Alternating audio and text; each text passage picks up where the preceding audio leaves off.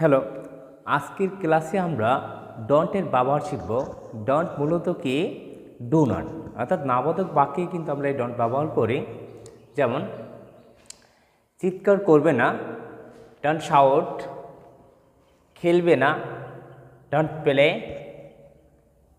TV দেখবে না, don't watch TV; মিথ্যা কথা বলবে না, ডন্ট লাই; তার সাথে কথা বলবে না, ডন্ট টক টু হিম; আজকে বাইরে যাবে না, don't go outside today; class miss করবে না, ডন্ট মিস দ্য ক্লাস; তাকে মারবে না, ডন্ট হিট হিম; ঝগড়া করবে না, ডন্ট কোয়ারেল; কাঁদবে না, ডন্ট ক্রাই।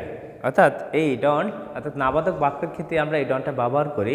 এই ডন্ট দিয়ে নাবাদক সকল বাক্যই কিন্তু করা সম্ভব। ধন্যবাদ সবাইকে।